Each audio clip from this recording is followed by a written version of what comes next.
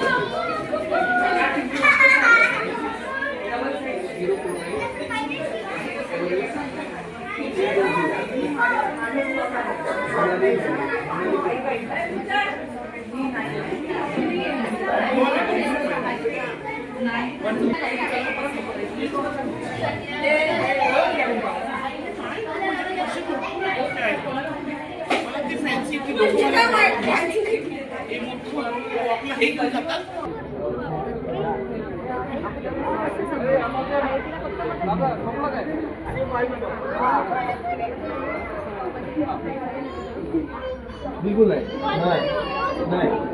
no